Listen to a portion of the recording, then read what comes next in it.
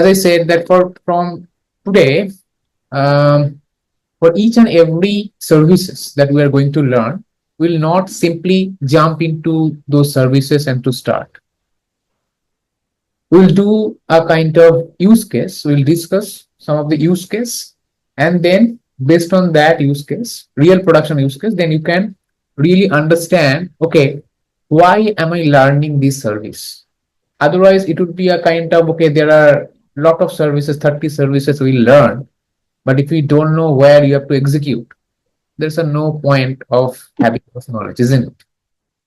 So if you know that, okay, this service is for that, this service can be used for that kind of use cases to address that kind of solutions problem, then it would make more sense, at least to me.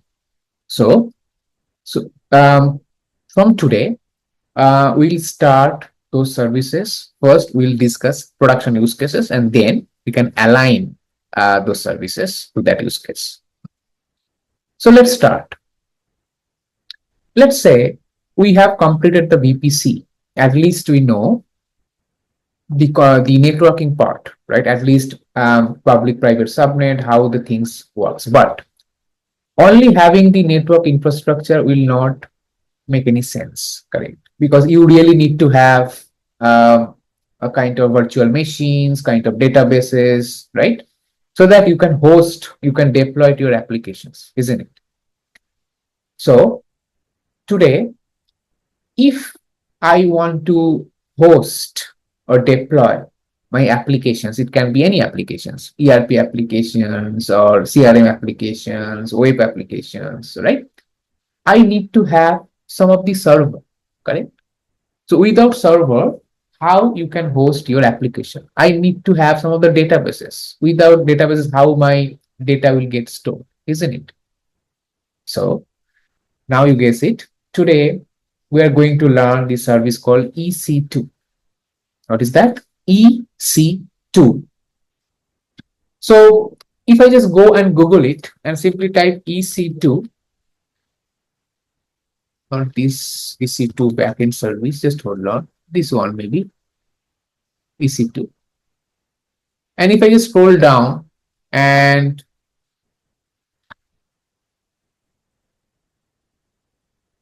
put something like that, Amazon EC2, if I just click on this link from the Google, so I'm just doing a random search, okay? Still loading.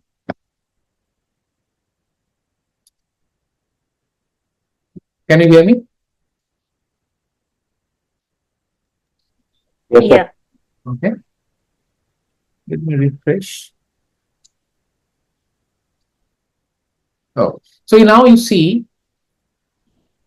Amazon EC2, it's a kind of compute capacity, right? So EC stands for Elastic Compute Cloud. 2C, that's why they call EC2. So AWS always very kind of very trendy in terms of name, okay? They always give a interesting name of their services, but this is nothing but a virtual machine.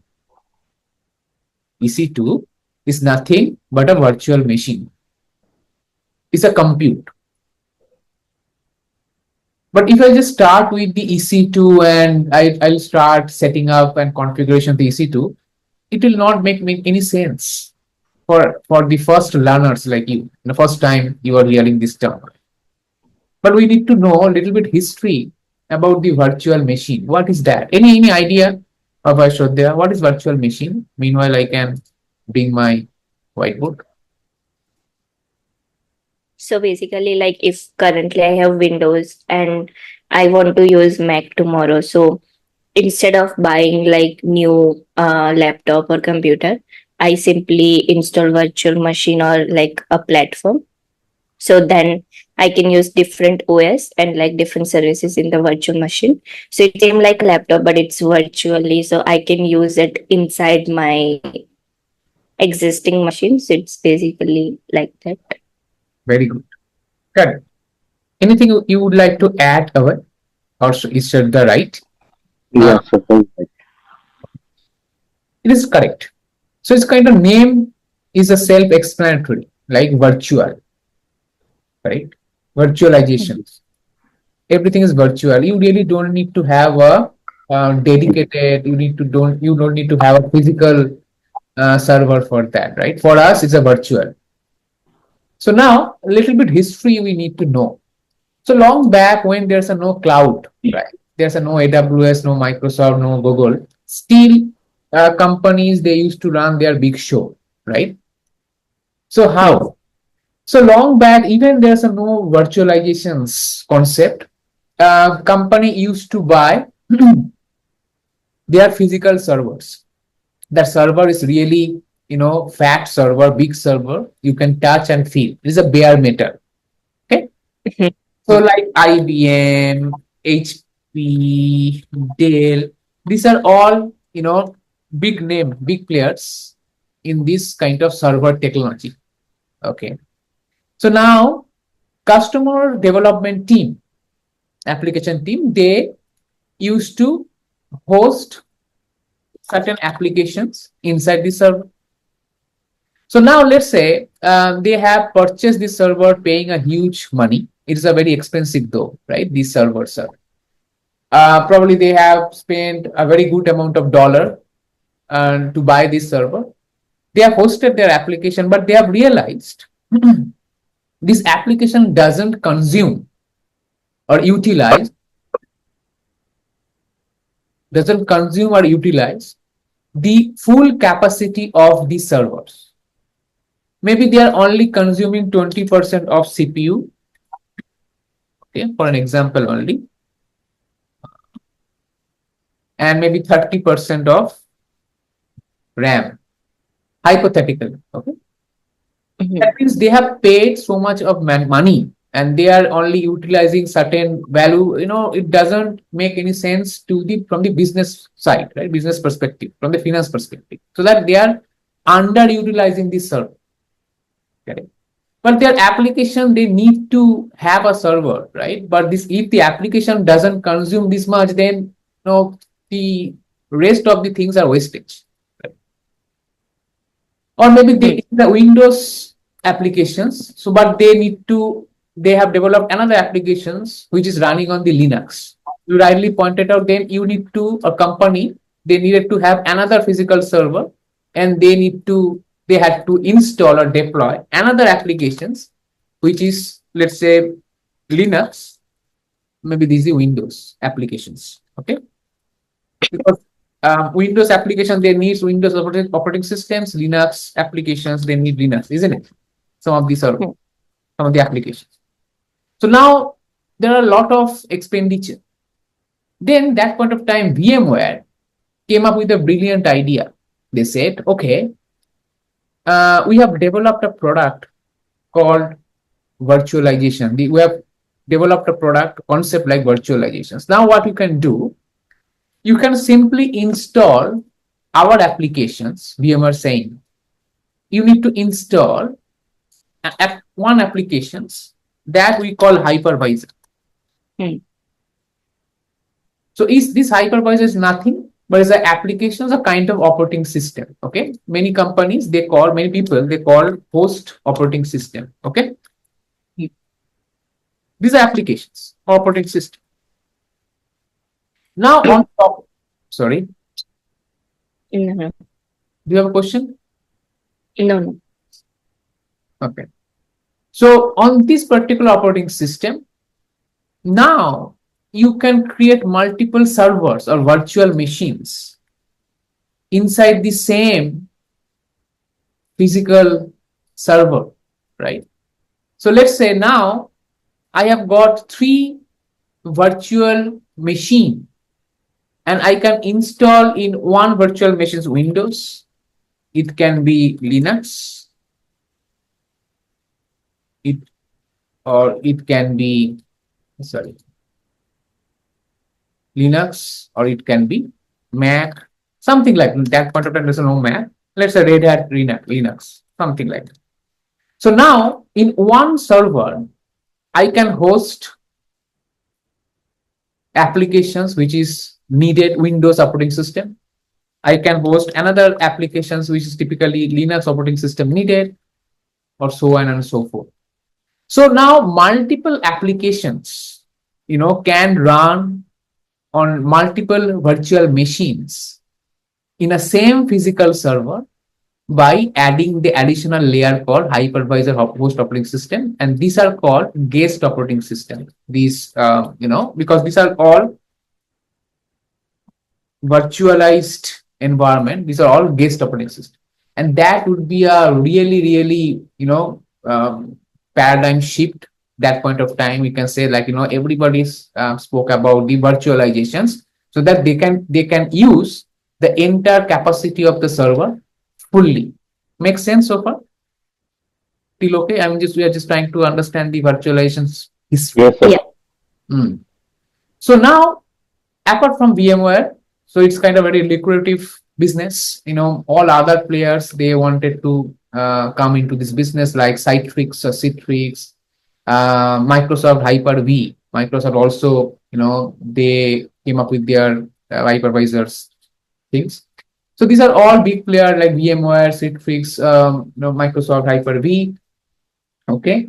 And it is a very proven solution so far. Even many companies, they are using this technology, though those still they are not on AWS or Azure or GCP cloud, right? I mean, they are running their show in the private data center, like bank. Still, there are a lot of banks, they have not migrated their infrastructure on AWS or cloud. Still, they are having their own data center, like SBI, State Bank of India, or maybe other banks. So they have their own data centers, and they have got their this kind of virtualized environment in their data centers. Okay, still a very good business for VMware. Okay. So cloud, AWS or Azure, they adapted this technology, because we all know that in AWS also is a data center, isn't it? That we already discussed. So in the AWS data center, there are also a bunch of hundred of thousands of servers, right? So they also use this kind of technology at backend. Okay, this virtualized environment, they call it Nitro hypervisor. So that's their own VM, own virtualizations, host operating system or hypervisor. So Nitro AWS has invented. These are all a kind of, it will not come to your exam, but you must know this, so that it will be good. So this Nitro hypervisor, AWS invented, and all of these things are running on their Nitro hypervisor, the same sort of physical servers they have. And at backend, they are using their own servers, own physical servers. So AWS will never disclose, what are the backend hardware they are using. That is the secret sauce, secret recipe. Okay. How the automations works, what are the hardware technologies they are using, what are the network technology they are using, what is the cable they are using, what is the LAN. I mean, no, everything is a kind of not very, very clear to your end customer. You don't need that. You don't need to know all this, right? You only need to know how can you deploy your applications, how can you deploy your infrastructure. But at backend, AWS also uses some of these market leaders like IBM, HP, and AWS also, Amazon also invented, also manufacturing, not invented, manufacturing their hardware in Annapurna lab.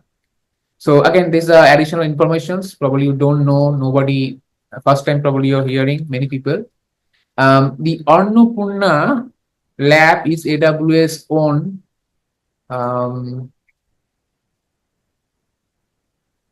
own manufacturing unit, where you see is a wholly owned subsidiary Amazon Web Services company, and in there they manufactures their hardware boxes. Okay. Anyways, so back to our discussions here. So EC2, now if you can replace everything by AWS language, so this hypervisor can be Nitro hypervisor now. And these are all EC2. Clear?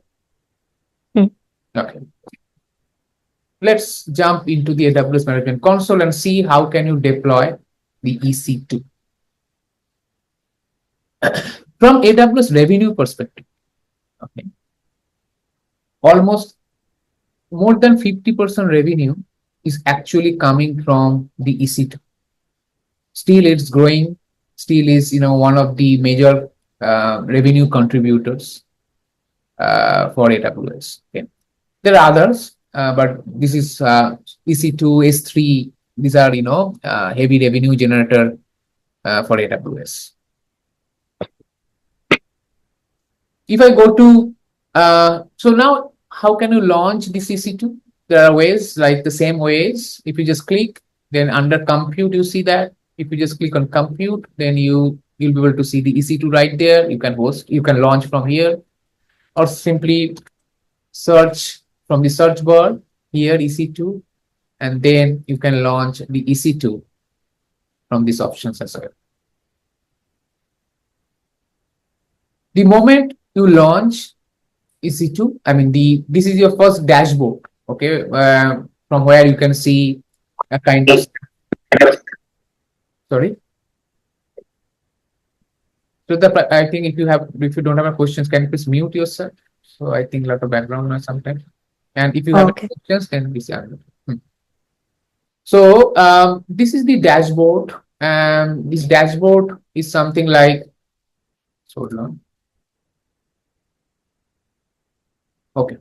So this from the dashboard, you can see right now I have these are the informations, right? How many key pairs I have, how many elastic IPs I have, how many auto scaling I have. We don't know, right? All of this right now. We don't need to know also at this stage. But all we need to know that EC2 is a regional centric service or region based service. You see that? So here it's I'm in the North Virginia. So EC2 that you are going to launch, or I am going to launch, it will be inside this region.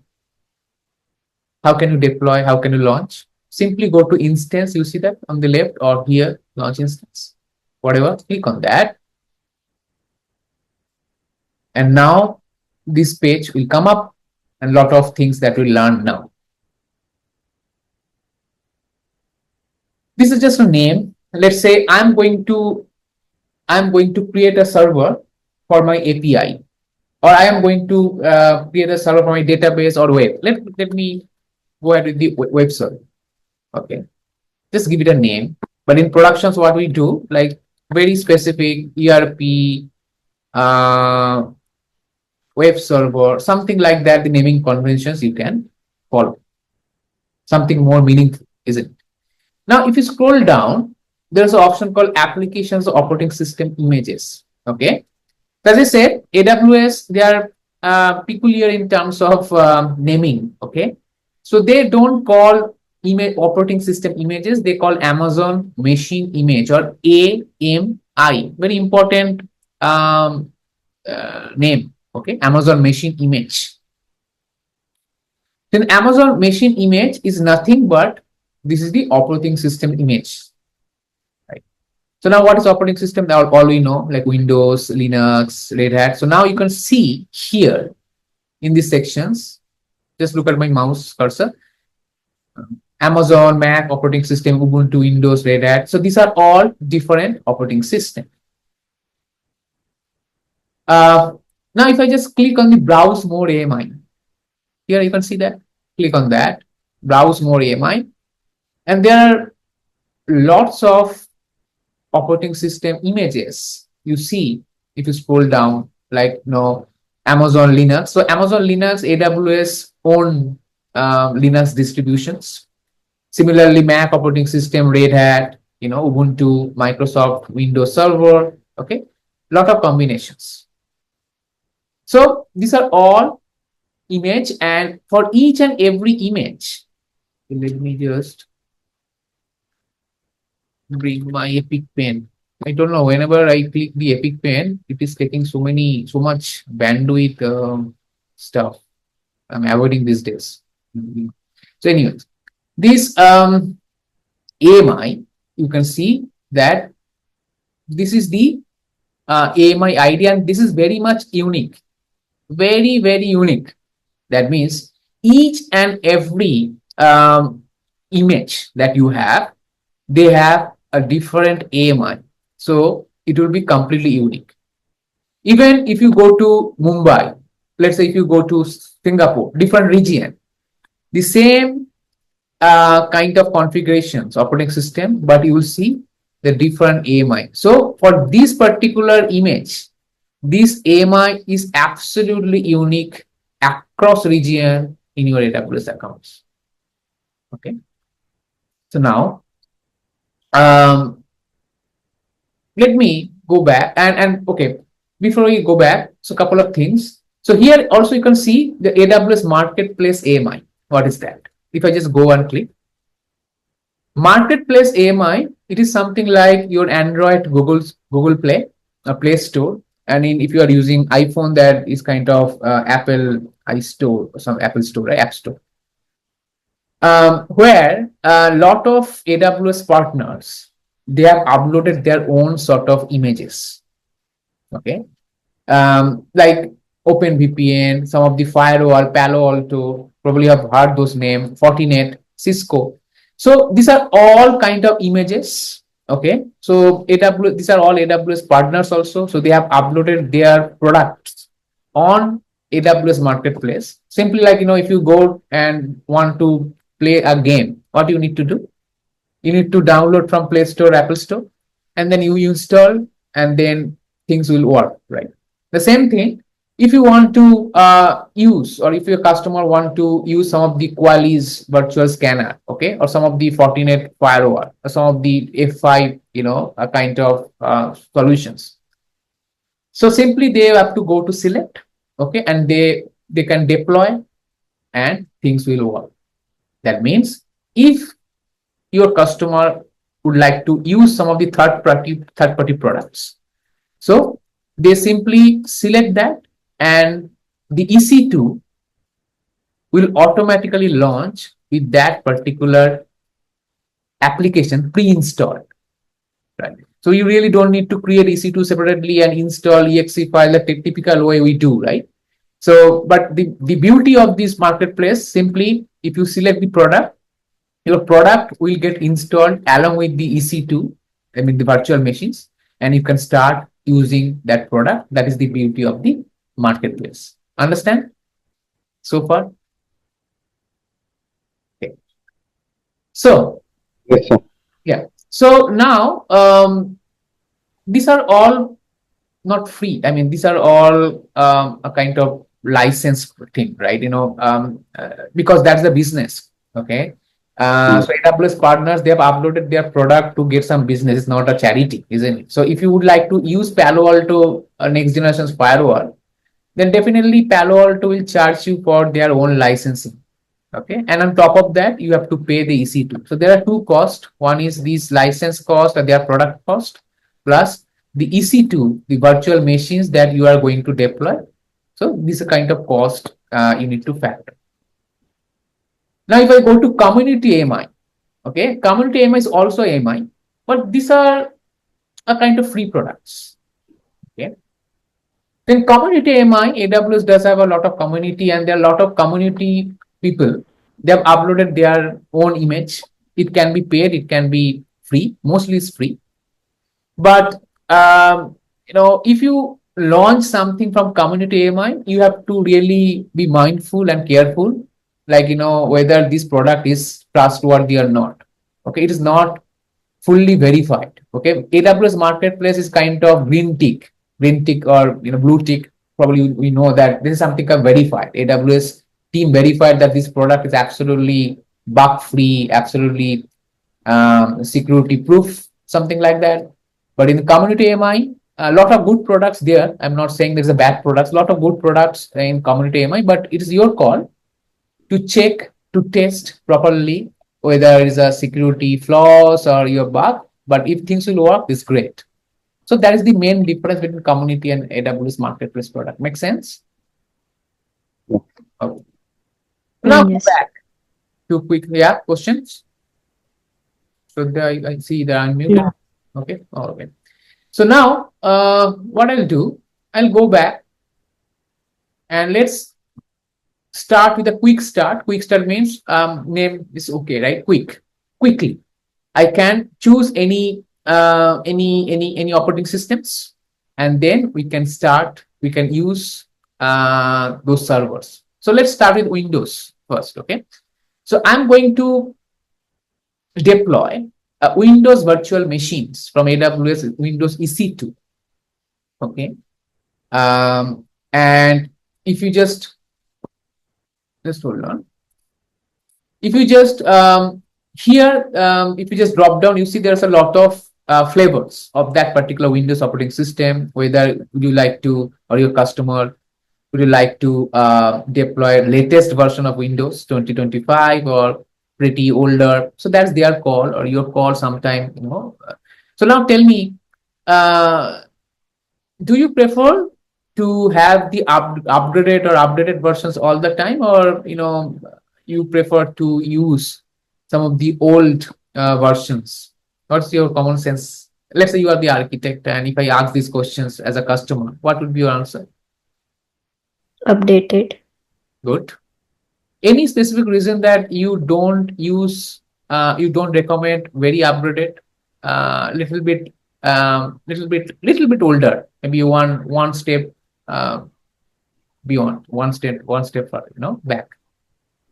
Any use case that you think for why I can use 2022, not 2025, or I can still use 2019, not 25?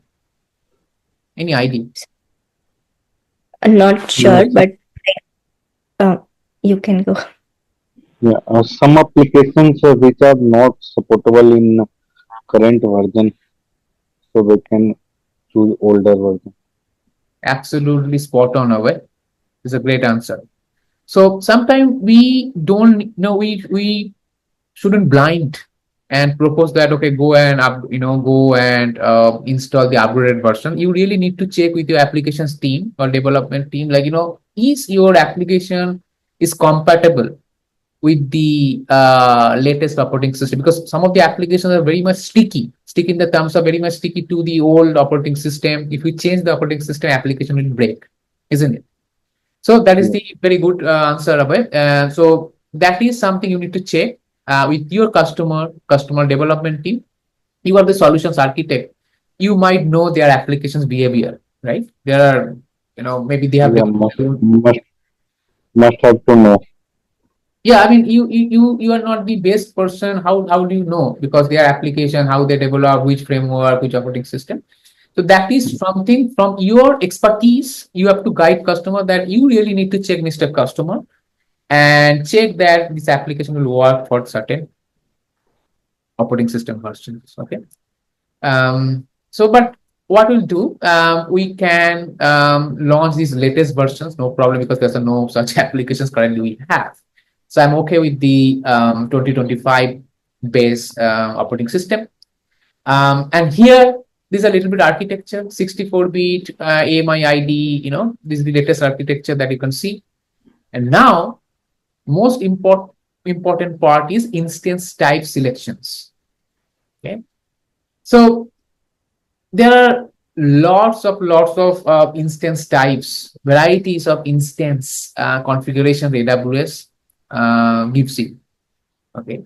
And again, it's your call, your customer call, which one would be suitable for the certain applications, right? But my responsibility to tell you that what are the instance type there, and how can you select those instance type for what kind of applications. That's something I can help you now. You see the T3 small, medium, micro, large. These are all a different name from AWS. Don't get confused with those names. Okay, that's their name. But all you need to know, all you need to look at, that the virtual CPU and memory and storage part, isn't it? See, T3 Nano will give you two virtual CPU, even not 1 GB, it's less than 1 GB. Similarly, T3 Micro will give two virtual CPU, 1 GB memory, and 2 GB. So the list go on and on and on. Okay. And if I just scroll down, so it looks like a t-shirt, isn't it? T3, then T2, T3 large, T3 small, right? So when we buy a t-shirt, then something like small, medium, right, large. So also somebody, some of the team players, they usually say, okay, no, it looks like a pizza, and I need a medium pizza, I need a large pizza, I need a small pizza. But anyways, that's their name. But if you scroll down, you will see they are so big servers. You see there's 36 virtual CPU and 72 GB RAM. Scroll down. 72, 144 GB RAM. Scroll down. So AWS provides you so massive amount of instances, 96, 192 GB for different use cases, right? If a customer needs to host a simple website, do you think that you can go for the 96 virtual CPU, 122 GB RAM? Customer bug jayega.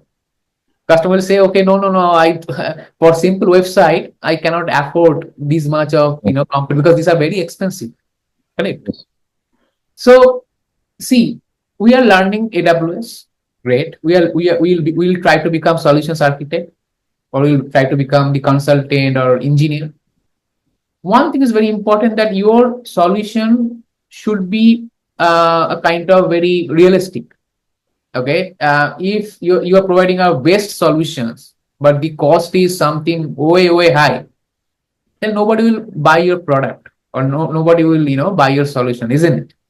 So Yes. cost is also a factor that you have to provide very mindful. But here we are going to learn a lot of technical stuff. So that's how you can. So basically, T is, whenever you see T is not designed for productions. This server, it is designed to handle a kind of development, some of the test environment, even for UAT. Okay, it is not recommended for the productions, because these are called burstable instance. What's that? Burstable. So now, what is burstable, sir? So burstable means it will not give you a very what should I say? Steady state solutions, like your broadband connection. Sometimes it is very good, sometimes download speed is not that good. So we came across those kind of experience, isn't it? So this, if you use this T series, sometimes the experience is wow, sometimes it's okay. So there's a no guaranteed performance from AWS, so that's why it's very cheap in order to price, and it is not recommended for productions. But if you go for the productions, then it starts with the C, M. So C stands for me, for your knowledge, for your easiness to understand. C for compute. Okay. So any application which is very compute intensive thing, then you can propose this C series EC2 instances. Okay. Let's say a lot of AI ML stuff these days happening, AI.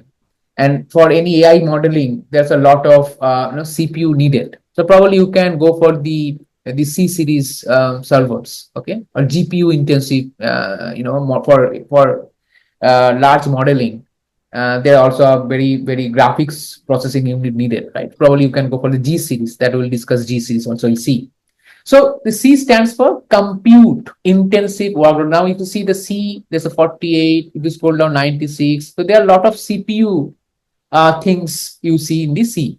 Now if you just go down, you see there's a M5 series also. So I don't want to remember everything. Okay, it's not possible. I just wanted to give some of the idea, the how these things work. Like G stands for graphics, GPU. So you can see this, if your customer need a GPU centric or intensive workload, then probably you can propose from that stack. Similarly, M, if I just type M5 or M6, so you can see there's a lot of M6 there. M stands for memory. Oh, sorry, M stands for so M is a kind of generic. Okay, so generic means it is not compute, not memory, not GPU. It is something a very kind of stable servers. Okay, very stable EC2 instances. Like it is It is not that branded, not local, but you can buy this t-shirt, buy these jeans, which you can rely. Okay, like in Ajanta shoes for me. It is a very reliable product. It is not Puma, not Nike, but Ajanta is a local brand in Kolkata. But it's a good product for me. It's something like that. It's kind of rely. Similarly, if you just go for R series, R5, R6, so these are a very database or memory centric servers. Memory, okay, you can see the lot of memory, 256, 76, 68 GB RAM. Wow, how big, right? So if your customer, they need a kind of application which is a kind of memory hungry, okay, memory intensive application, then probably you can propose this kind of instance like databases, right, or analytics, or kind of data warehouse. So they need a lot of memory process. You understand? So that is a kind of give you a little overview about which instance you have to select for which use cases. Okay, it really case to case basis. I cannot say that okay, this is for that, this is for that. It's from experience. Slowly you'll have experience, and also the cost. Because these are the very expensive, like the bigger one is expensive. So what I'll do that I am going to launch a T3 medium, which is a decent size for this lab. Okay, and I'm going to launch a Windows operating system on this T3 medium. So give me a second. Okay. So now once I select this latest generations instance, now the next step, you have to create a key pair. What is key pair, sir? Key pair is a kind of certificate. AWS says we are very, very, we believe in security. There's a no loop in the security. So without key pair, you cannot log in to any EC2 server. So you have to create key pair, some sort of key, a certificate, so that you can log into your operating system.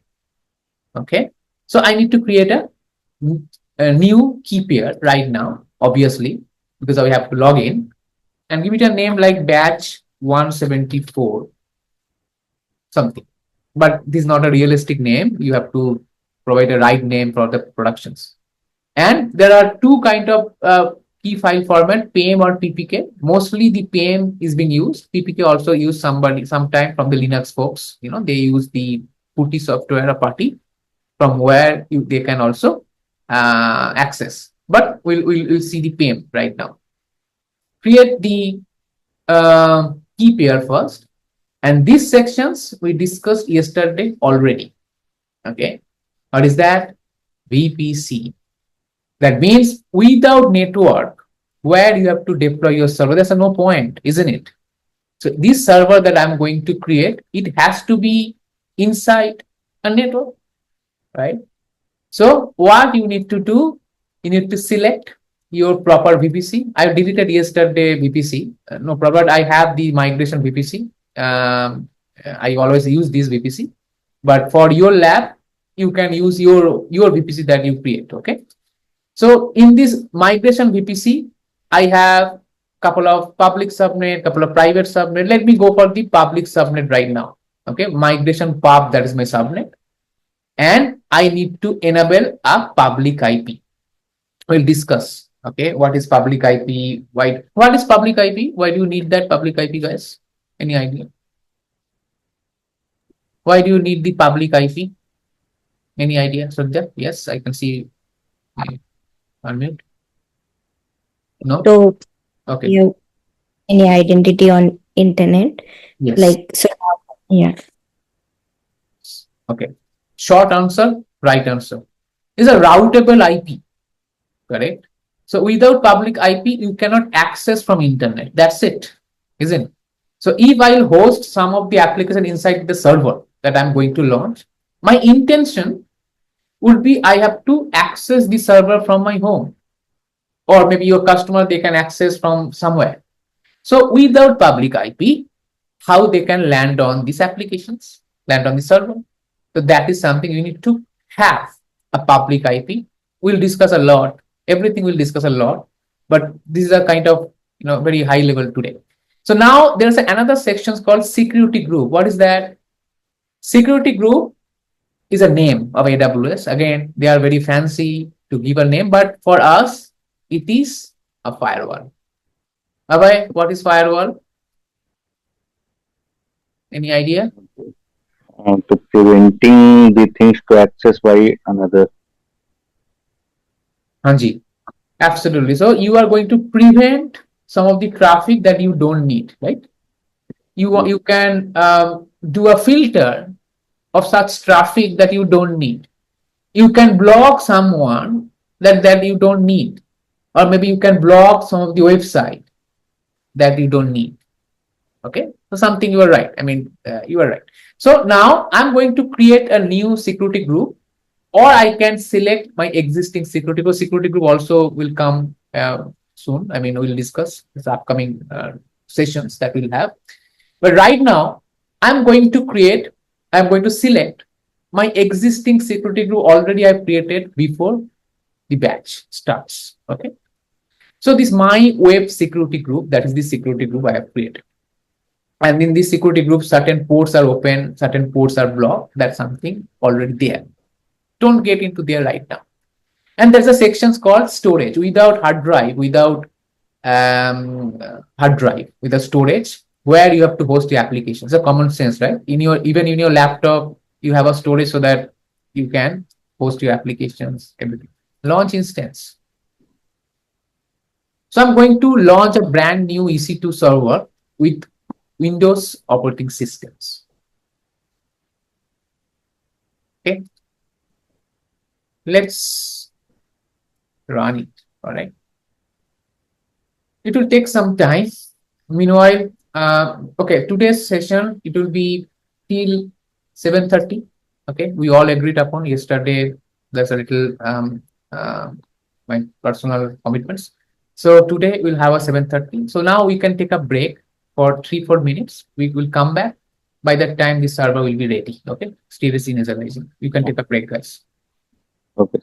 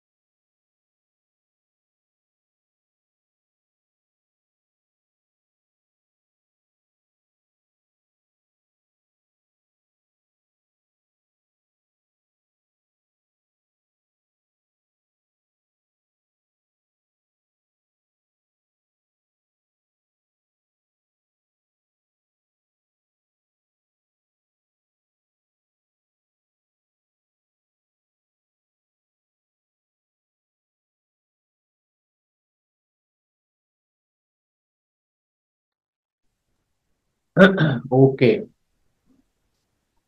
If I just do a little refresh, hope you are also back. Let me check. Yes. Abhay, Shraddha, back. Yes, sir. Yes, sir. Okay. So now you see the server is green. We'll discuss what is 3 by 3 checks, everything. So now the main intention is I have to log into the server. Okay. So there's an option called connect. Go and connect. But before that, what I'll do, I'm just going to do check something that's not for you. Probably will come into there later point of time. But what I'll do, I'm going to add a rules in the RDP, because without RDP, I cannot have the access. So don't worry about that. We'll discuss in detail. But at this stage, I'm going to add a rule so that I can access the server, log into the server over the RDP protocol. So again, so go to connect, and there's an option called RDP client. You see that? Since it's a Windows, I'm not sure, have we ever logged into the Windows server? If you log in to the Windows server, then you need to have a RDP software installed on your local computer, right? RDP is a Microsoft product. Let me sign in once again. For any Windows server, if you want to connect, okay, you have to have the RDP application installed in your local computer. You know that, or first time you're hearing? No, first time. But RDP is Remote Desktop Protocol from Microsoft. For Linux, you really don't need to have all of this. I will show you also how to launch a Linux and then how to log in to the Linux server as well. But let me re-log in first.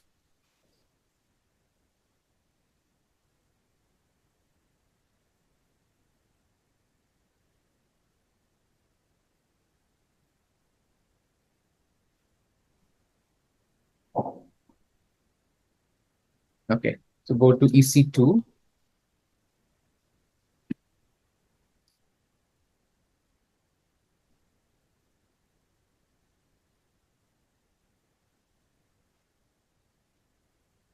Click on instance, which is running. One running probably I've observed, because otherwise everything is stopped, only one running.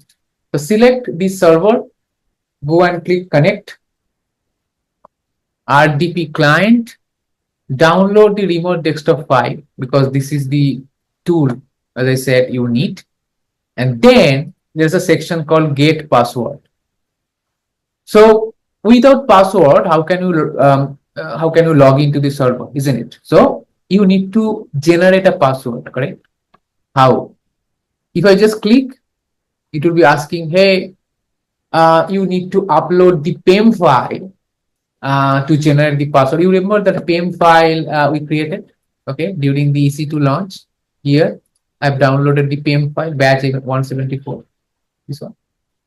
So I need to upload the PEM file because it's a certificate, okay? It's a kind of secure way. You see, there's a certificate.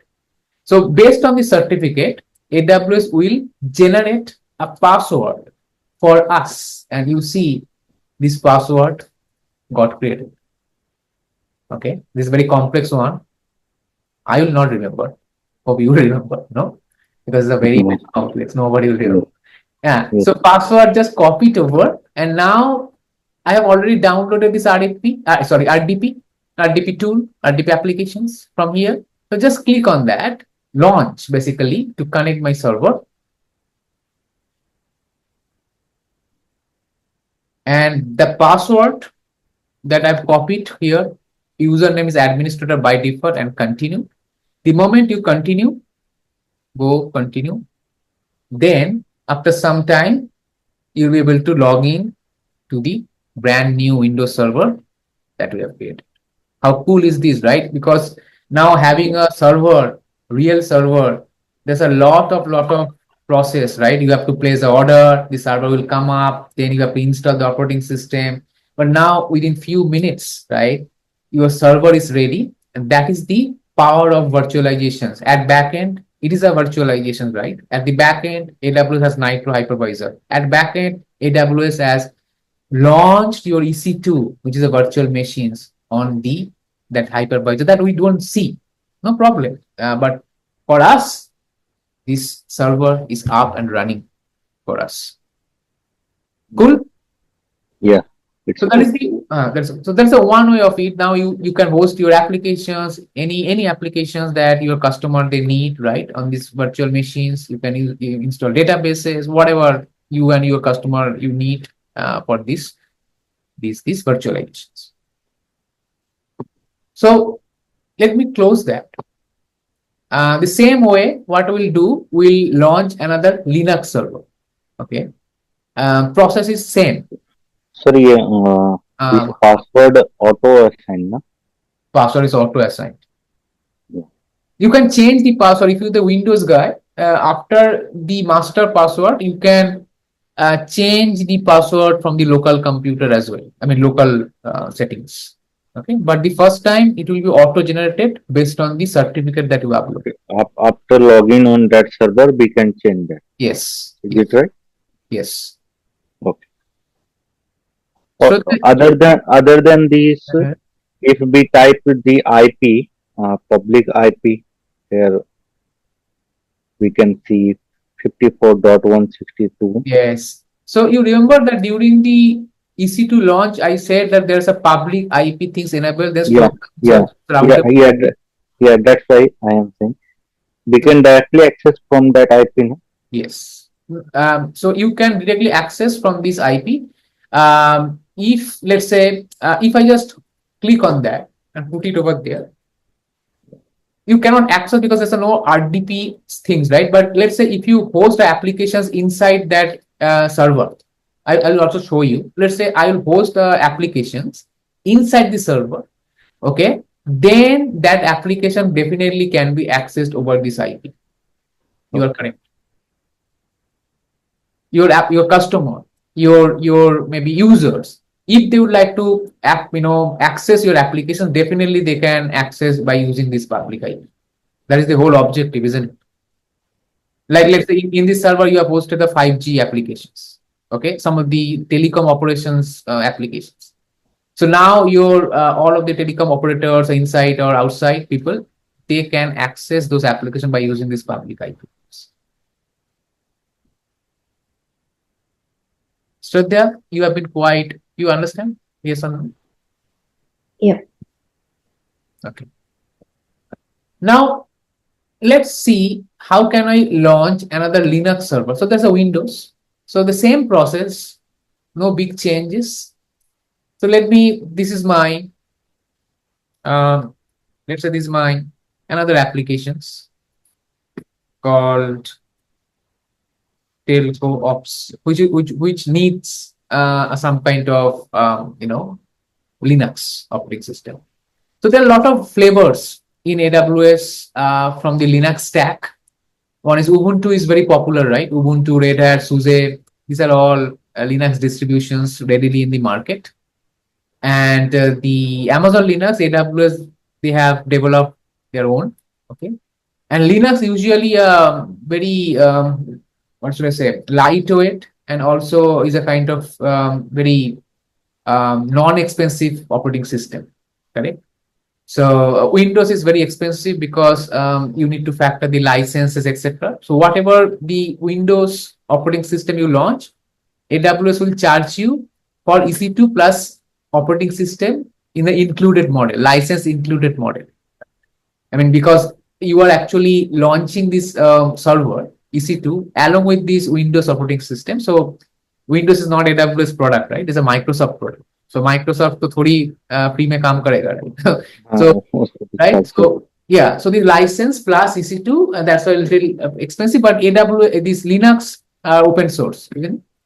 So you don't need to pay for that operating system. So I'm going to launch Amazon Linux one. Let's see how does it look like, etc. So I'm going for the same processes. Let's say this is a little low capacity machine will work because Linux. Windows ke liye you need to have a little bigger one. I mean, little good memory and CPU, but for Linux, it's okay. For key pair, 174 Linux, we have a kind of distinct different key pair, and the same song and dance, edit, VPC, subnets, IP, So secret. VPC which be made earlier, we can put on that. No? Yeah. Like like today, I made a VPC that I can use or need to do again. No. The VPC that you created, the same VPC you will see in the drop down menu.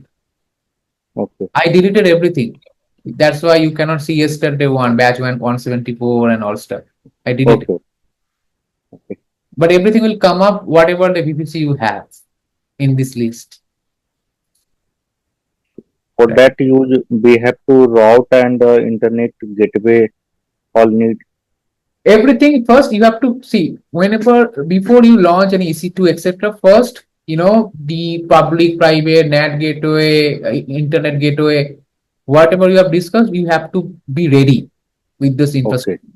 Okay. Here only you need to just select click, and then automatically the EC2 will be deployed in the same subnet, etc. Because subnet already have the config Yes, is sir. already there, right? It is just a mapping that you are just telling EC2, hey, Mr. EC2, you are going to deploy in this VPC that I've already created. Rest everything is already you have already configured, isn't it? Yes or no? Yes. Okay. So security group, the same thing. The storage is little less for Linux because for Windows you need a bigger storage. So that's why also it's only 8 GB. We'll see. We'll discuss a lot in storage, IP, security group. A lot of funds are coming. There's a lot of assignments, quiz. But now let me launch a Linux one.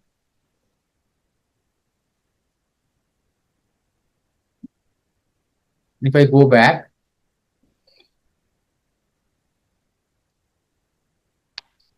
and you'll see it's another server.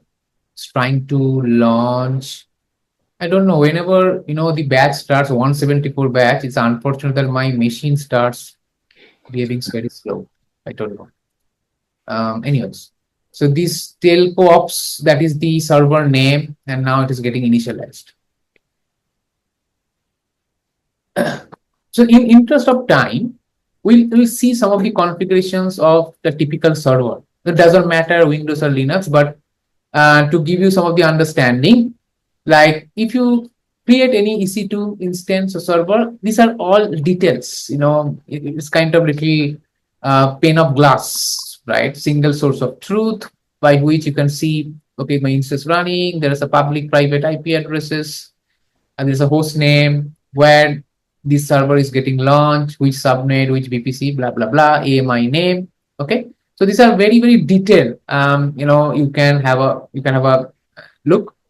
Then one thing before meanwhile this telco ops Linux is getting installed, there's an option called 3x3 checks. You see that whenever I create any server, there's in the status check, there's some of the checks passed 3x3. What is that? That is very important to know. Okay. It is some kind of, sorry, question? Security. Yeah, go ahead. It's a security check, or You might say so. Okay. Let me explain in detail. So definitely security checks there. So there are a lot of checks. So if I just go to status and alarm, you see that status and alarms. Yeah. Yeah. So there are 3 checks. One is systems, one is instance, one is EBS. EBS is a storage. So that means everything is automated way, right? I just clicked and AWS is trying to create a server at backend by running JSON or Python, mostly JSON. So I'll not confuse you with JSON, Python. Okay, I'm just saying everything is automated, right? But when you launch or create an EC2 server, this EC2 is ultimately getting launched in the server, right? The bare metal hypervisor, isn't it? Because the physical server is there on the backend AWS data center, right? It is not magic. I mean, the server is running somewhere. We have already learned today the physical server, and then there's a kind of hypervisor, Nitro, and then on top of that, the EC2. So this systems check is nothing but AWS will check whether the server is trying to launch in the physical server. Are they healthy? Are the networking is healthy? Are the security is healthy? Are the physical server level storage is healthy? Are the configuration level healthy? So a lot of checks AWS does at the backend physical or hardware level. That is something called system status check. You understand?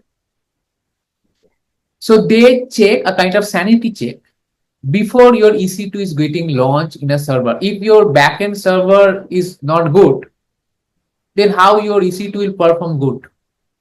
If your backend hardware storage is not good, or networking or security is not okay, then how your EC2 will perform? So this first check AWS does.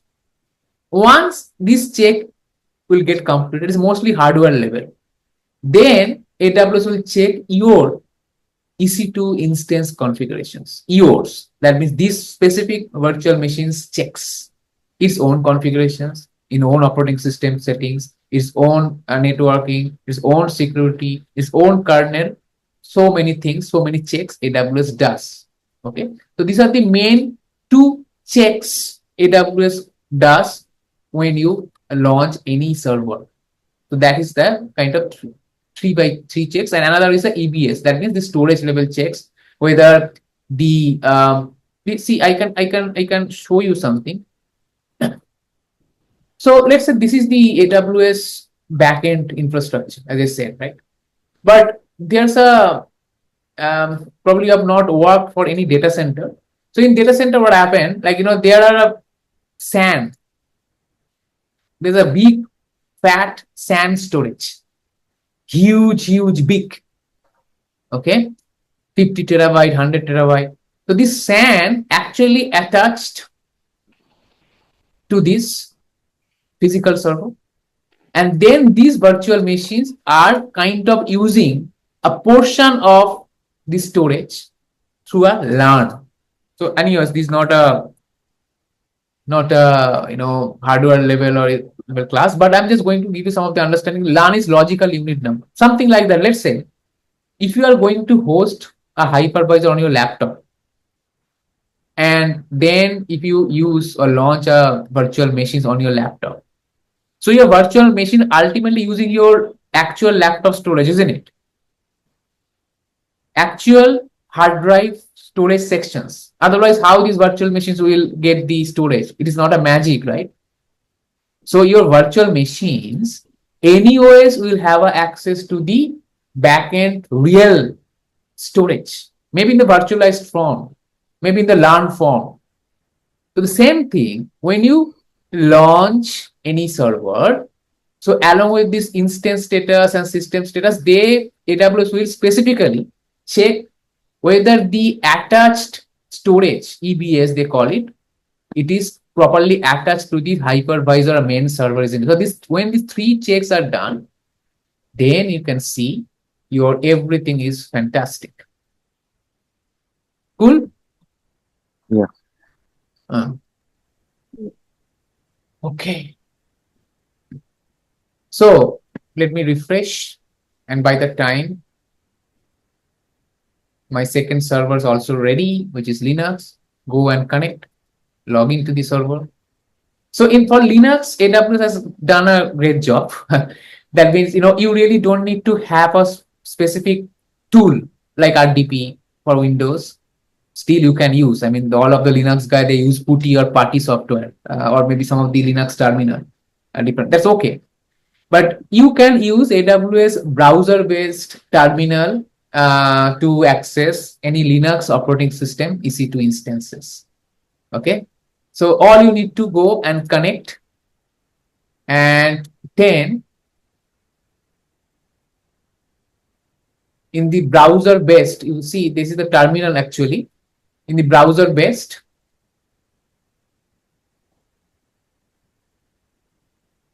the server is trying to So now this server is actually connected. I can see the server, Linux server terminal ls command, and let's say all of the things that you can do. Maybe touch, make a paste, paste, okay, touch paste dot txt. I'm simply putting a random Linux command ls paste dot txt.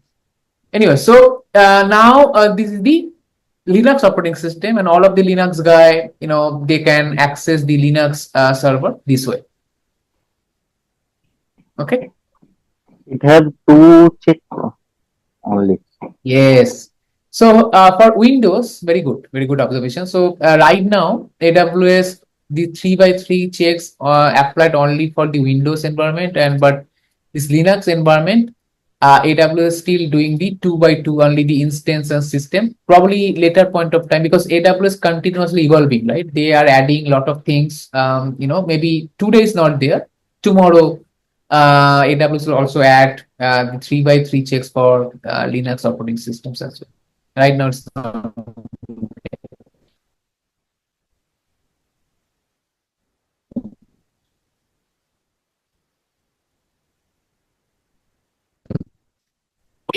Now we learned how to launch the EC2 servers and little bit have an understanding about the checks, 3x3 checks and all stuff. Let me discuss more about the checks. Though it's not part of exam, but from the productions environment, I've seen there are a lot of things related to the checks from the troubleshooting purpose. Let's share the production use case once again. Like all of a sudden at night, okay, or anytime, your junior team members they approach to you, L1 team members, and say, hey, I can see one of the status check failed. Sometimes happen like the server is running fine, but all of a sudden, very rare, the one of the check fail even after running the server running for a few months. Okay, so if the system status check fail, because ultimately all machines, isn't it, everything technical stuff, machine can go down, some of the behavioral problem might come, right? But in case some of the hardware level failure where your EC2 is running, then AWS will give you one of the check failure rate, not green. Let's say one of the status rate. I cannot show you, I cannot reproduce these things, but I've seen that. So in that case, how can you solve the problem? So mostly, if your hardware level failure or system status check level failure, then you can simply go stop and start the server. What is that? Stop and start the server. So if you do stop and start the server, what will happen actually at the back end? Because many times if the troubleshooting, if you do, the problem can be fixed. But how? So here you can see, let's say this server. Actually, it is running where? On the backend server hardware. Maybe this entire server, the hypervisor has some problem. But AWS does have a lot of, this kind of hypervisor, this kind of, servers. They are huge. They are a huge, big company. Right? So if you stop and start the server, next time if you start, then the faulty hardware where your EC2 was running, it will get replaced or it will get moved to a good hypervisor, a good machine. So that's again is an automated way. You really don't need to do that anything. You just stop and start. Then AWS will already understand, okay, this server has gone crazy, something problem. So that these EC2 that Shraddha and Avai machines, I can launch this EC2, I can move this EC2 some good, better hardware, better hypervisor, which doesn't have any problem. That could be, a quick fix. I'm not saying that every time this approach will be fixed, but I've seen mostly in production environment that stop and start will solve the system status check issue related matter. Make sense? Now, if I go for instance status check, let's say, in case an instance level issue, I mean your your specific EC2 level issue, then you simply go and restart or reboot the server. Mostly reboot solve the problem at the instance status level issue. Okay. Okay. Cool. So many things we are learning. Slowly, slowly, we are getting matured. Okay. Still, we have a very good time. It's only 6:45. So we'll now see what are the different options the EC2. Then we'll discuss security group if time permits, and also we'll see the IPs. So let's discuss the IP first, okay? And then we'll go for the different, options like, couple of options. When you launch the server, okay, let me do one thing, okay? It is not for you, it is for me, because RDP from everywhere, it is not a good thing from the security. What I'll do, so remove this. Sorry.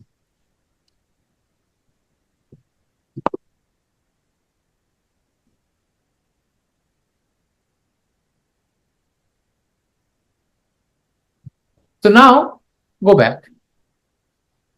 Now, if I just go to any server, Windows or Linux, click on that,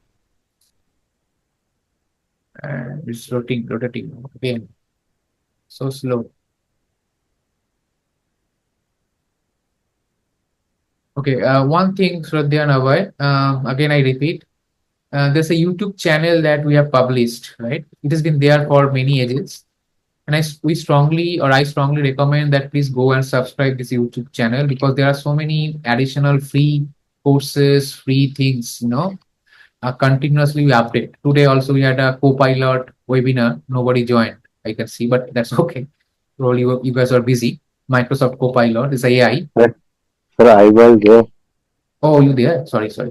Okay, no, I think you there is there. Very nice. But this kind of if you miss this kind of webinar, then you have access this webinar on YouTube, and that will be a good learning, right? It's a free forever. Please go and subscribe YouTube channel.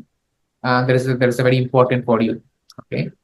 And for AWS, different AWS topics, advanced level topics, those are not part of the AWS Solutions Architect course that you are talking. Those advanced level topics also sometime I will upload, so that keep your eyes on the YouTube channel. All right, so this ERP web server that I have now, if I see the public IP address, which is 54.162, whatever, it is automatically assigned, right? It is automatically assigned from AWS, correct? Now, let me show you some interesting thing. I'm going to just remember 54.162. I'm going to stop the server.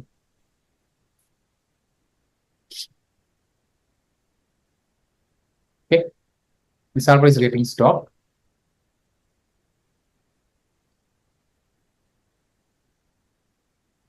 Okay.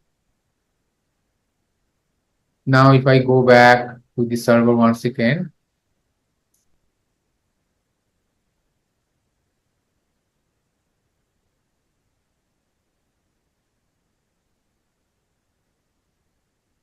completely stopped. Okay, I just wanted you to look at the server completely got stopped. Let's wait for more minutes.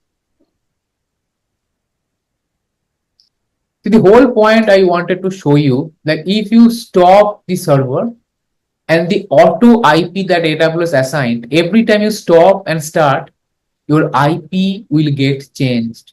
Wow, it's a big problem, isn't it? Can I repeat? If I stop and start the server, let's say it's stopped, okay? It's gone. Now, if I start the server once again, so it was 54.132, something like that, right? Yeah. Let's see. Now I'm starting the server. Oh, so 54.81. So now the same situation, Abhay or Shraddha, that you asked. Now, if my application is hosted in the server, and every time if the IP is changing, then you understand the situation. It's a chaos situation, right? because this IP, it will be your DNS mapping or your customer, some of the integration, your customer only knows that 54 earlier one, right? Now, if the new IP change and there's 100,000 of customer that you have, it is not possible to tell them that, okay, the new IP address is something, right? It is not good. We need a fixed IP at any situations. If I stop 100 times, start 100 times, my IP must remain same, isn't it? Okay. But if the IP is getting changed, then it's a problem. So how can we solve this problem? That's one of the use cases, right, that we have discussed. For that matter, we need to learn another service for today, which is called elastic IPs. It's not a specific service, it's a feature of the networking VPC. So the elastic IP, if you allot the elastic IP to any server, then that IP will be forever.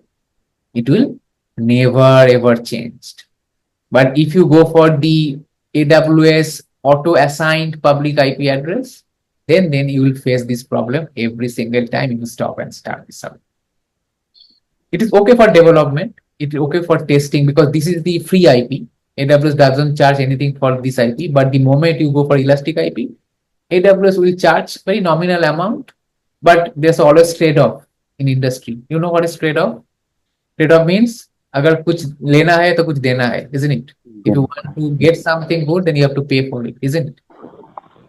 So, except again.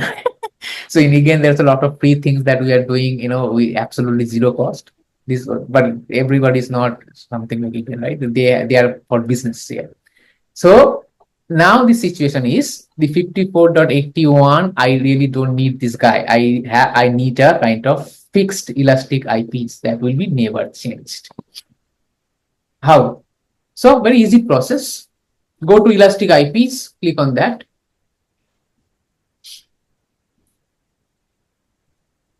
Please delete everything once you are done at your lab also, because elastic IP is very, very nominal cost, but again, you can avoid cost, right? Allocate the elastic IP address. So all you need to buy the elastic IP address from AWS. That is only I'm buying the IP address for AWS from AWS. So the new IP address, which is the 118.210, right? This one. Recently I purchased, right? But I need to allocate this IP address to my server. It is only purchased. I have not allocated this IP to any server. Select this, go to actions, and then you have to associate this elastic IP address to my server. Go to instance, then go to the server. You have to choose the server which one. So this one, right? ERP web server. Select, and here the private IP address automatically comes up. That means we are not bothered about the private IP because private IP address will never change. That is good, something good AWS has done for us.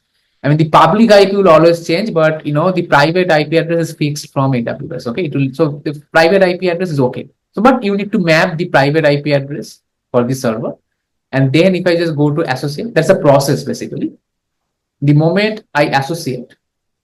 So networking is not very tough, guys. Probably, I can echo Shraddha's mind very first time when, me and Shraddha had a discussion in the demo class. If I'm not wrong, Shraddha asked that, please go slow, sir. And, also, I don't have any knowledge in networking. I still remember. I think, Shraddha, it's you, right? There's nothing hide, right? We are all learning here. So networking is not tough if you go slow and if you have the concept, basic understanding, it will be a fun, I can tell you. So again, we are discussing networking here. That's it. So now I have allocated these particular IP addresses to the server. You see the associated instance ID, it is mapped. Now if I go back to instance and quickly refresh the server, ERP web server, and go to networking sections. Now you see. So this is the IP now map. If I stop and start server 100,000 times, my IP will remain same because I have assigned my elastic IP finally to my server.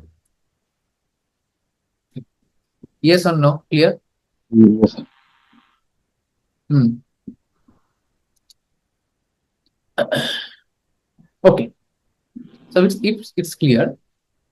Then there are certain things. It is not very interesting. I'm just quickly check. Quickly show you. Like for every server, you will get this kind of options: start, stop, reboot, and terminate. There's also called hibernate instances that we'll discuss later. Hibernate. What is hibernate?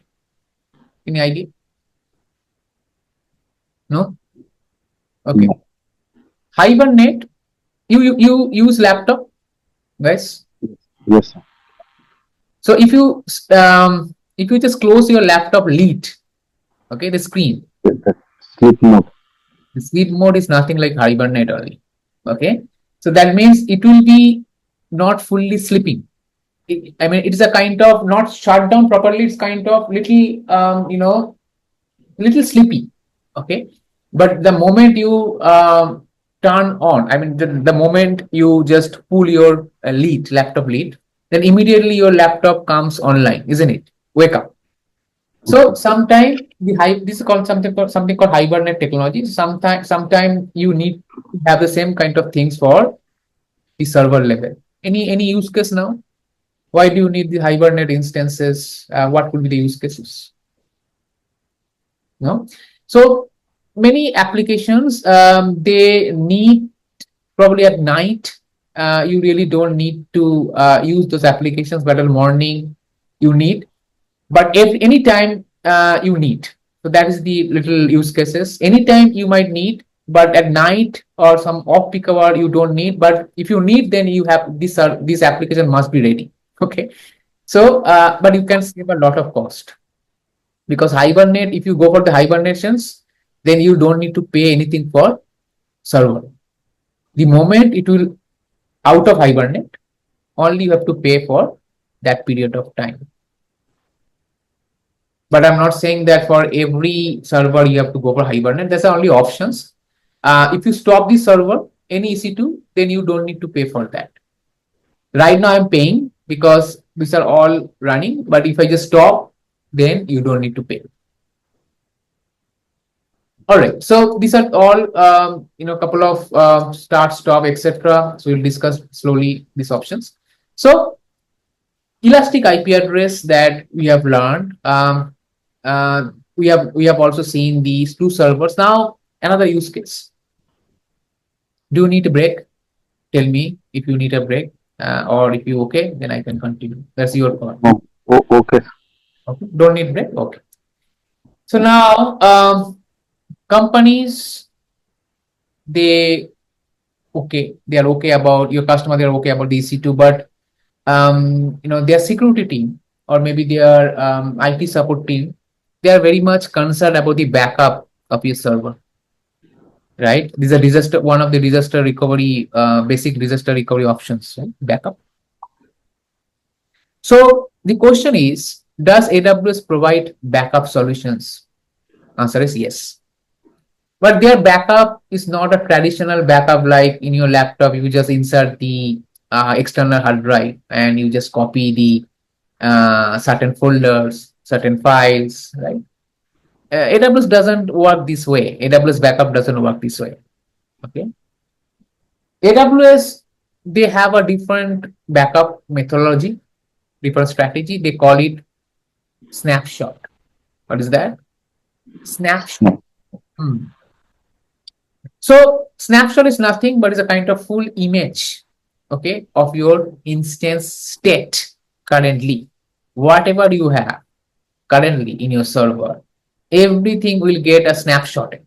Okay. This is also a kind of backup technology at advanced level, but it is not a folder to folder, file to file backup. It is a complete image of your server along with your application. So let me explain in detail.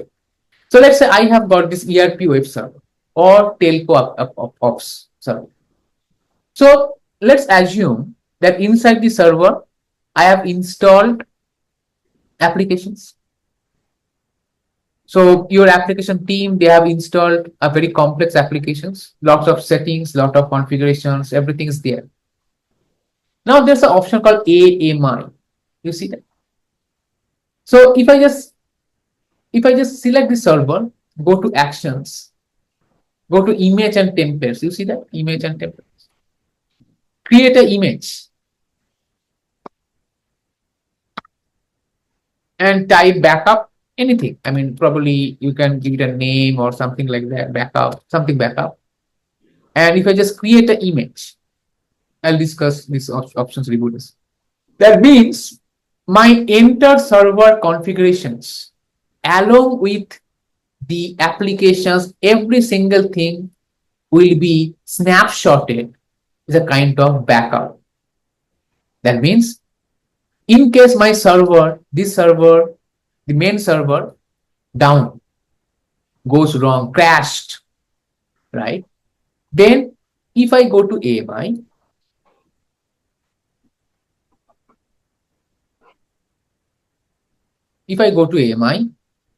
simply select the AMI and launch, then every single thing, in the server will get restored along with your application configurations as well. How cool is this? For example, let's say you have got laptop, okay, and you have installed Microsoft Office, you have installed PowerPoint, so a whole lot of application. Let's say you have, right, whatever with your along with your data. Okay. Now laptop crashed, but you have a backup, your data back, and you have got a new laptop. Let's say you want to switch a new laptop. Then what you need to do? In the new laptop, you install the Microsoft Office and then you have to restore the data, right? First, you need to install the applications and then restore. But the beauty of this AMI is, let's say the same laptop example. So if you take a laptop image from the AWS language AMI, and then you have got a new laptop, and you simply, launch, everything from that particular image. So that what will happen, that it will also, the entire restorations will be along with the operating system, even your Microsoft Office 365 app, your data, your configuration, everything will be ready. You really don't need to install applications separately. So that is the beauty of the AMI. Everything will get snapshotted. You simply go and launch instance. Whatever you had that point of time when you took the AMI, everything will be back along with your data. Makes sense? In clear English, I tried to explain. Yes or no? Yes, sir. So one more doubt. If I delete the ERP web server now Ah, yeah, and from AMI image I can get back. very good question. So let me go to, so let's say this is your EC2, ERP1, right? ERP, whatever, server. You have got the storage, you have got the applications, right? You have got the different settings. I'm just randomly, whatever the icons, right? Oh, what is happening in this server? Now, what I'm saying that I have to take the AMI from this server. This is a snapshot technology, AMI, right? Amazon Machine Image. It's another name, the same name that we discussed operating system. It is also AMI. So now my point is we have to take a AMI and then let's say this server crashed. Nothing. It is not, it is not even booting.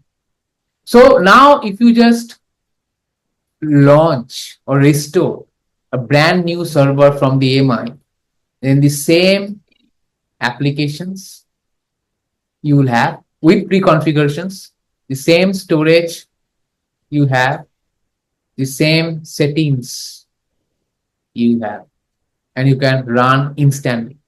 Does it answer your question, Abhay? Yeah. Hmm.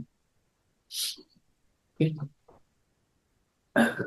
Shraddha, yes or no?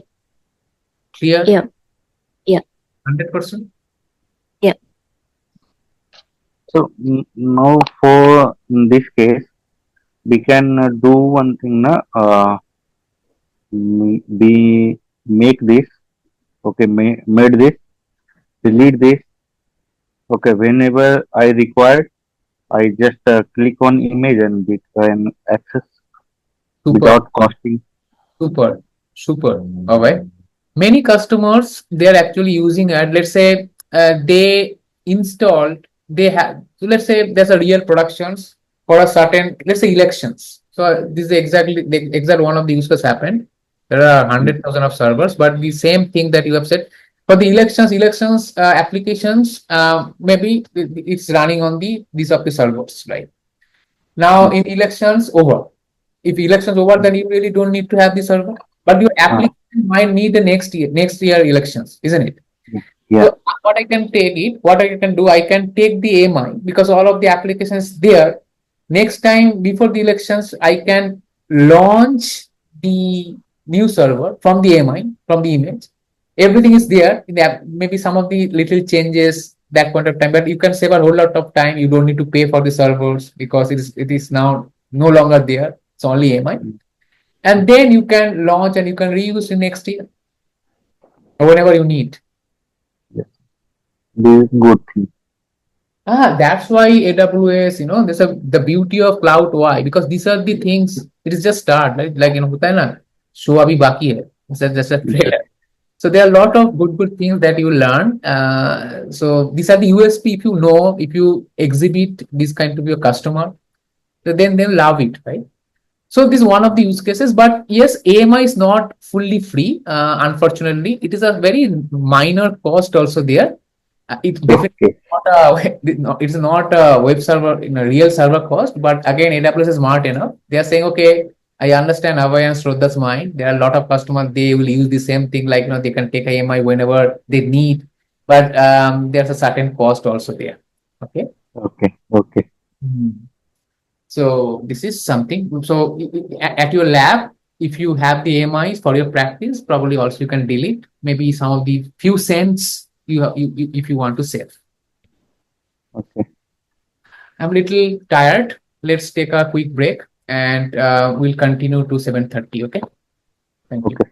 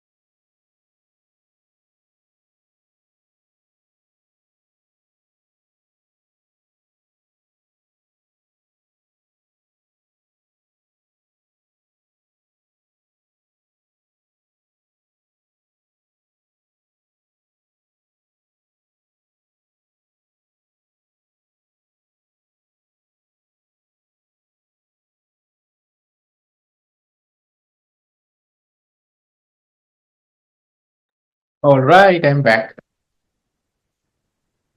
Okay, so what we are discussing, okay, the AMI. Okay, so now you see the AMI, it is available. So exactly, so you can launch the EC2 from the AMI, so that whatever you had in this AMI, you will get it. But make sure it's a common sense like the AMI, whatever you had means it is not a continuous process backup, right? I mean, only that point of time, whatever you had, you will get restored. Okay. So let's assume that, there are a lot of changes in the EC2 right now. Okay. But I took the AMI couple of minutes back. So if something goes wrong in the server, so if I just restore the new server from the AMI, I will be only able to restore that point, not the additional data between that time and currently. You understand what I'm saying? So this delta data will be gone, correct? So let's say if some of the more changes happen in the server, but I took the AMI 5 minutes back, so I'll get the data 5 minutes back only, not the current data. Anyways, for any backup, the same technology happens. So now, so many customers they're saying that that's a great point. Like AMI is a great thing. Like I can launch my server, but sometimes what happened that if you launch the instances, you might need a better machines or bigger machines. Okay, that could be another use cases that you can use AMI. Let's say you are having these instances running only T3 medium, and you already installed, deployed your applications. Maybe there's a development, but now once the development thing completed, now you want to implement the same configuration in the productions. So that's why probably you have taken the AMI, but now if you go to AMI and launch the instance from the AMI, you can see that. So you will get opportunity to have a bigger machines, even enter configuration you can change in terms of the security, key pair, but the data will remain same. So just hold on, it is loading. So my point is the data application, everything will be there, but it might so happen different use cases that the new server, they need a lot of processing. Probably from this instance type you can change. Probably you really don't need to have the same password for the development. From the security perspective, you can change the key and password, a key pair. You can change the network, you can change the storage. So these are the things you may change, but your main image, your main data, whatever you have, that will remain there. So there's a no data loss thing, but you can change the configurations case to case basis. Yes or no? You understand this point? There's another use cases from AMI. Yes, sir. Okay. I know that it's a late for Shraddha. I know she's from Australia. So what's the time, Shraddha, there? 11:15. Oh my God. So, okay, I'll only spend 5 minutes time and then you please go to sleep. I know that is a very hard. Sorry for that. So now the AMI, that is the one thing. And you can, there are a lot of use cases you can use for the AMI, right? And the same, as I said, that many students, many customers, they ask that what if I need little different configurations in terms of infrastructure. Yes, already I mentioned that during the launch time you can change those configurations. Okay, so that is something I wanted to say. Go to sleep. Okay, go to bed. Or maybe if you want me to stay another 5-10 minutes, it's okay. It's only 7:15 for me, an hour. But if you cannot take more, please tell me. Or if you okay, another 5 to 10 minutes, I'm also okay. Tell me, Shraddha. Yeah, that's fine. 10 minutes, okay. 5-10 minutes. Okay. So now, if I go back to instance, so I've taken the AMI for this instance. Again, if I go and take the AMI, some of the settings I'll show you. Here you can see there's a reboot instance options. You see that? So in productions environment, if you take a AMI at 12 o'clock in a peak time, then it's a big problem, right? Why? Because your instance will get rebooted, your productions will get rebooted, man, right? Then everything will be down, isn't it? So if you want to take the AMI, probably it's always good time that you can uncheck these options so that this main server will not get rebooted. Okay. Or you can take the AMI at off peak hour if you want a reboot. But in productions, we usually uncheck these options and then take a AMI so that your main server will not get restarted. So that is the one thing you need to remember during the AMI process. So, again, please, Huh? little bit confused. Little bit confused in this. Why? Uh, from where we can uncheck or check? No. So if you go to actions during this image, so let's say I'm going to create a fresh new AMI. Okay. Okay, okay, okay, okay, So I just left. I didn't discuss this point during the AMI process. I'm just going to emphasize this point because I left over this point. okay. Okay. All right. So once you are done, then please don't forget to delete the server for your lab, and that is the process. Go and terminate instance. One last thing, in productions environment, termination is always risky, so that anybody can go and terminate. There's a little protections there. If you go and there's instance settings, there's a change termination protections. That means if you enable that, so your server cannot be terminated. There's a little, if I just go and actions, go to instance settings, and you see change termination protections, enable. So that means nobody can delete this server accidentally. So if I just go and try to delete this server, let's say terminate, you see there's a fail to terminate because you have a terminations protections enabled. Okay, you have to disable it, and then you'll be able to terminate. That's all, my friends, for this Okay. week. I have assignments for you. Just take 2 more minutes and you have to come. So now this is assignment time. Next class, I want to see the assignments from you. So the assignments 1, assignments 2, and only 2. Okay. So you have to show me the assignment next class.